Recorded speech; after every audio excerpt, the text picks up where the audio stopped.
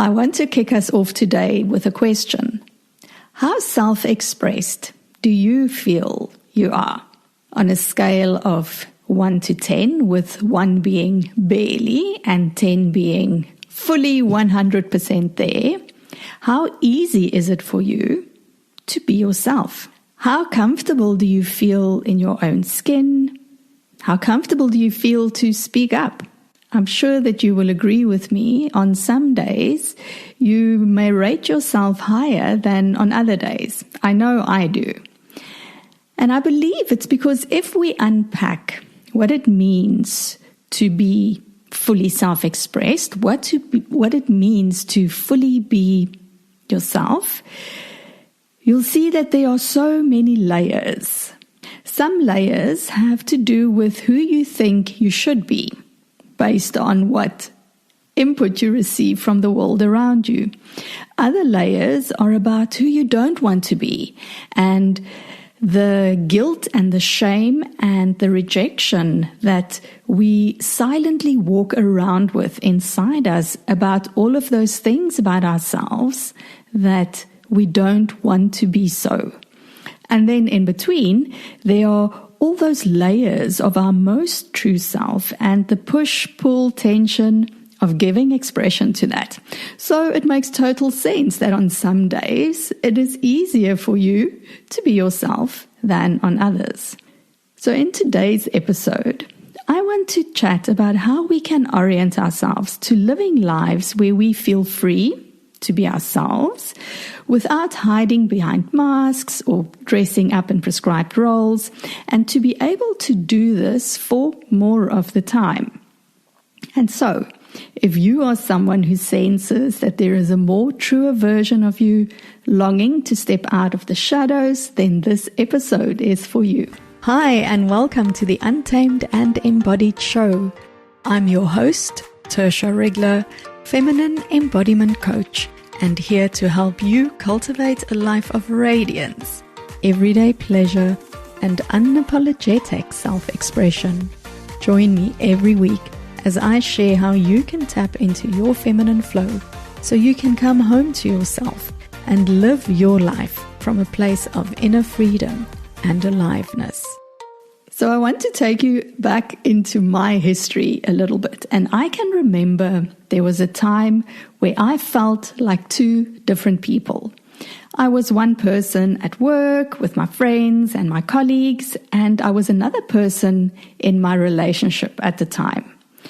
And sometimes it was very difficult for me to even know who the real me was. And of course, we all have times like that in our lives where we show up in different ways, and there are people in our lives that we are definitely more selective about how much of ourselves we make available. And that's a very valuable skill set to have. However, if you habitually present a curated version of yourself to the outside world, you may find that your inner fire starts to burn lower. You begin to forget who you are, and your voice becomes fainter until you are so lost in those layers of self-expression that I spoke of earlier. And when this happens, we move through the world as mere whispers of our expression.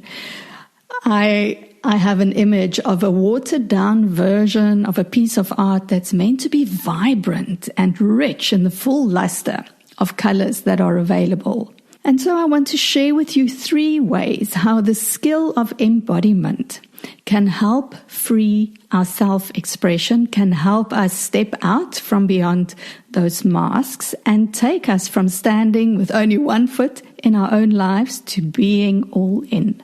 And I guess a good place to start with is to explain, what do I mean with embodiment? This is a term that is widely used nowadays, and there are many different definitions. There are also many different applications of embodiment. Embodiment, as I use it in my work and my definition of embodiment, is I see it as being connected to your whole self.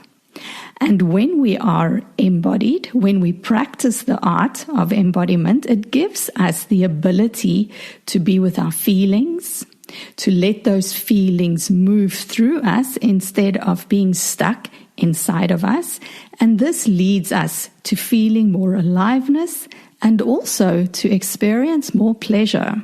Now, embodiment is definitely both an art and a practice.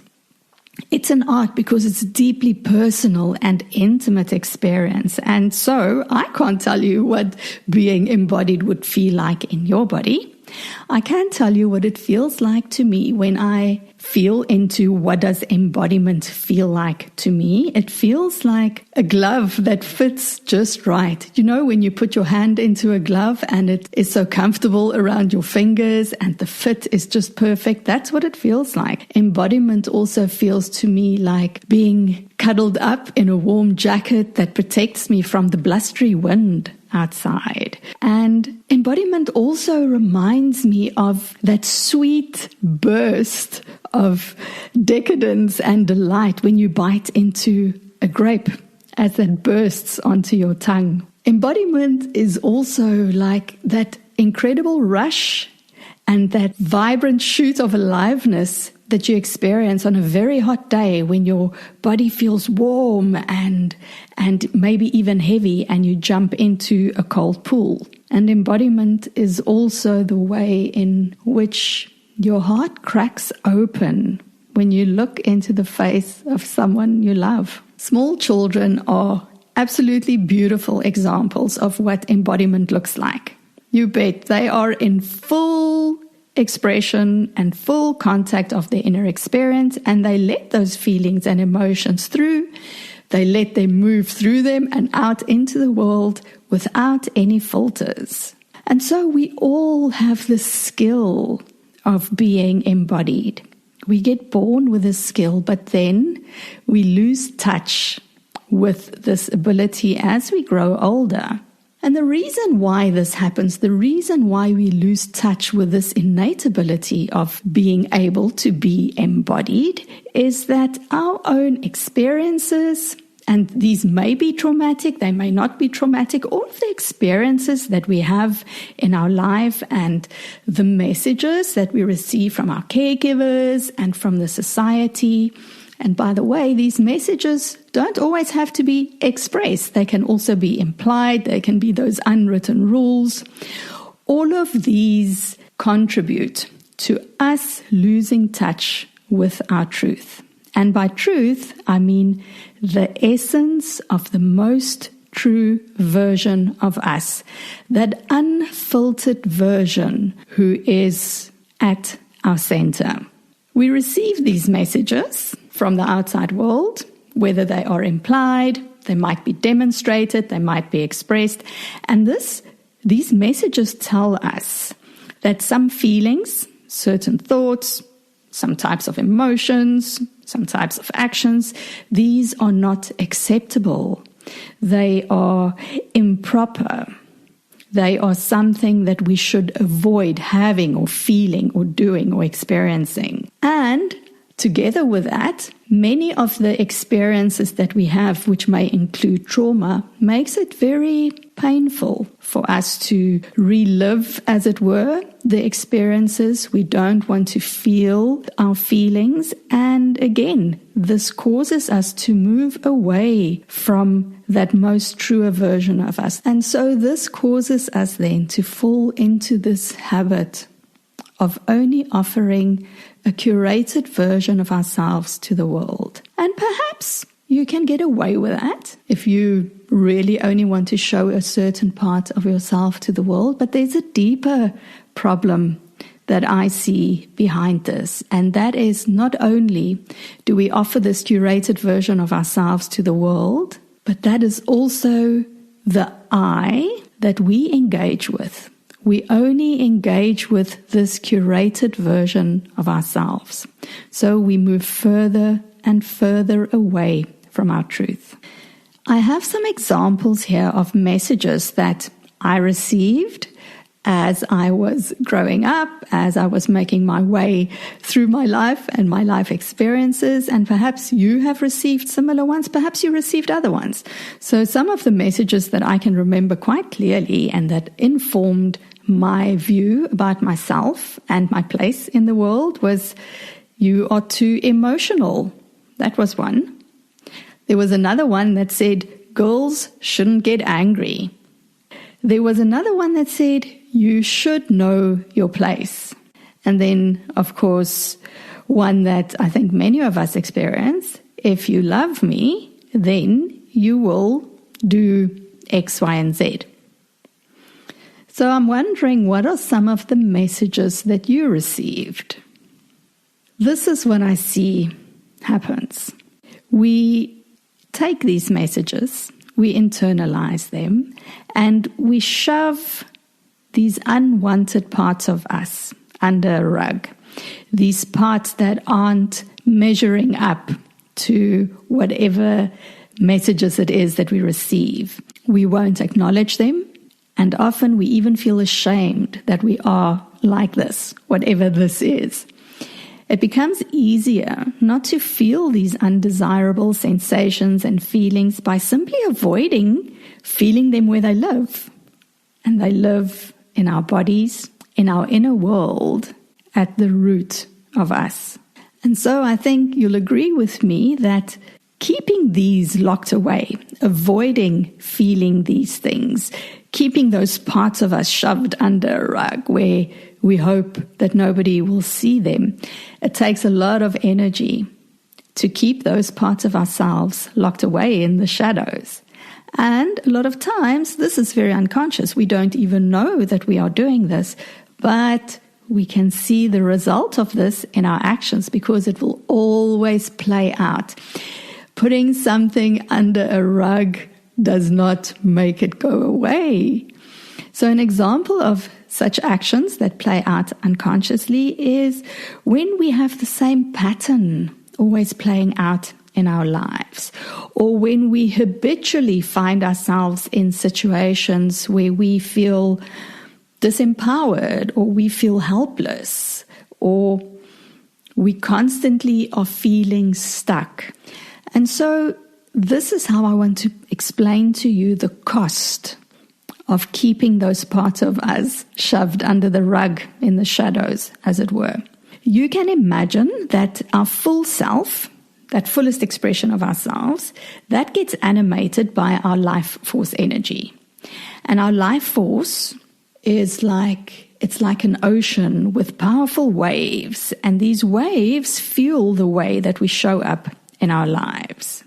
And all of those things that get locked away in the shadows, all of those things that we shove under the carpet of our consciousness, those feelings, those emotions, those memories, those ways of being, they become like icebergs that affect the flow of this ocean.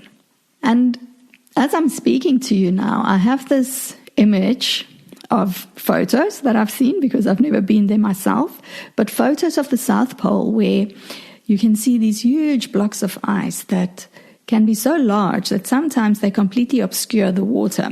And so the practice of embodiment is the best way that I know of to enter these shadowy realms, to enter into this icy water so that we can begin to dissolve some of the ice blocks in order to create more flow, in order to free our life force energy. And so I want to share with you here 3 ways in which embodiment can lead to this type of liberation. And the very first one is that embodiment expands your range. So if you would go to a piano concert, you won't expect the pianist to only play the same 3 notes over and over. That would be incredibly boring, and I don't know nothing about playing a piano, but I do know that a beautiful arrangement of music can evoke these incredible vistas inside of me. It can take me very high, and it can also drop me down into these deep, tender notes within myself. And if I had to only listen to 3 notes over and over and over, what a pity that would be. Now, one of the messages that we receive in our hypermasculine world is that we are too much of something or not enough of something else. We adopt this narrative as our truth. We see through the feedback that we get that we are rewarded for playing certain roles more than playing other roles. We see that playing certain notes are more preferred and are more accepted and are more wanted than playing other notes. And so the notes that are rewarded are notes like always being available, notes like not to stand out too much, notes to not ask for too much, and notes that are definitely not demanding in any way, shape, or form. And so I know this is very metaphorical, but take a moment here and reflect on which notes do you play most often? Which notes do you play most often? So how does this translate to our lives? And I mentioned this already. It means that we live as curated versions of ourselves. We only show those parts that are agreeable, but in the process, we move further and further away from our true essence, and we lose touch with ourselves. We only stand with one foot in our own lives. Now, practicing embodiment helps you to expand your range. Keeping with the piano analogy, what it means is that you begin to discover new notes in yourself that you might not even have been aware of. And also, the notes that you know you have, but that have been stuck, they are released to again form part of the symphony. You move from playing only a few notes to creating a masterpiece. You go all in. And so this brings us to the second point. You discover more aliveness in your body. Now, for many of us, our lives demand a lot of mental arithmetics. We spend a lot of time in our heads, whether it's for planning or solving or organizing or analyzing or keeping tabs on all the things that need to be done and trying to make sense of things. And this is very useful. But now you may even find that you become so used to being in your head that it's really hard to stop thinking about things. And I know that so many women that I speak to have this as one of the struggles that they battle with, is they can't stop thinking about things. They're really used to being stuck in their heads, and it's very difficult for them to get out of their heads, as it were. Now, something that's interesting to note here is all of your energy is getting pulled up into your mind when we tend to spend a lot of time in our heads, because energy flows where attention goes. And if we are using our mental capacity or our mental faculties to take care of things, then of course there's going to be a lot of energy that is being used in there.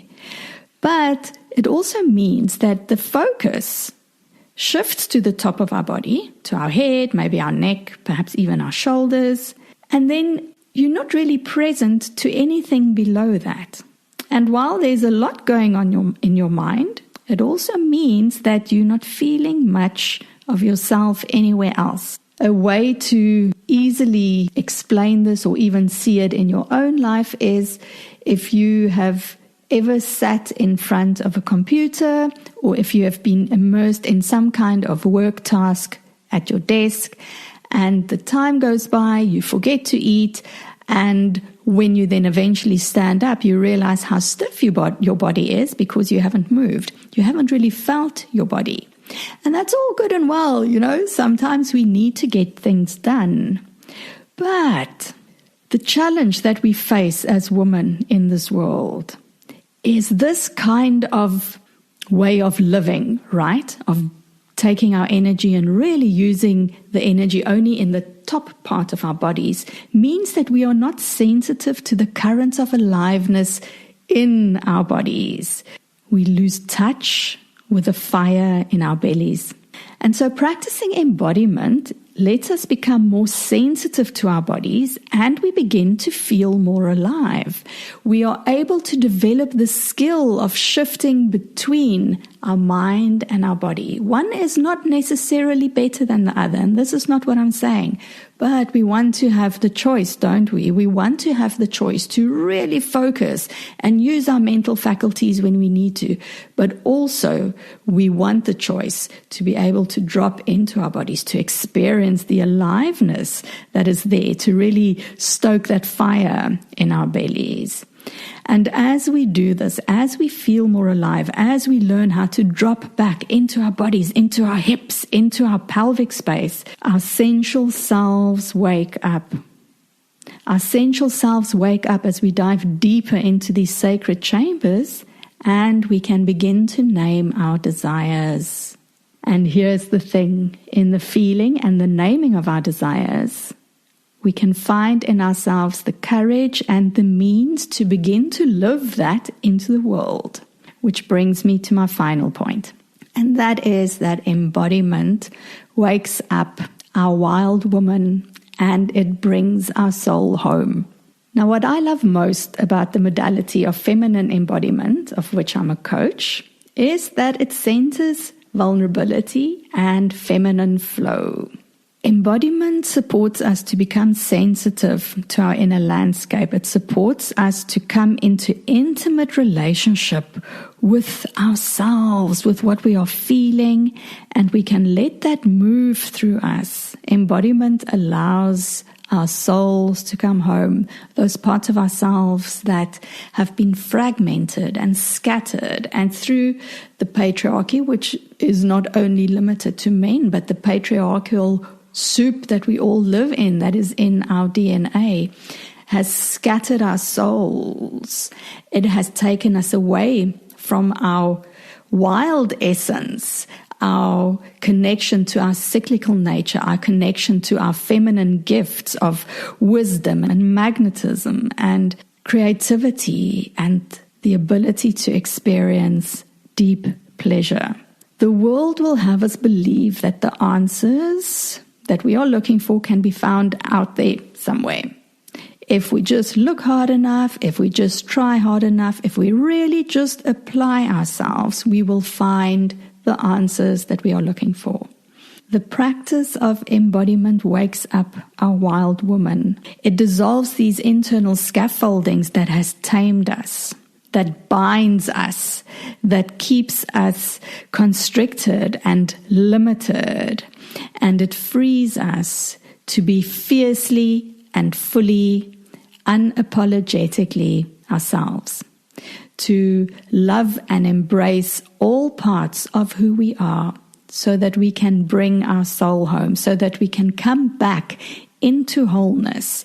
And just for a moment, feel into this. If you are in right relationship with yourself, if you remove the filters that don't serve you. You don't need to remove all filters. We are still in a society that demands some sort of filter system, right?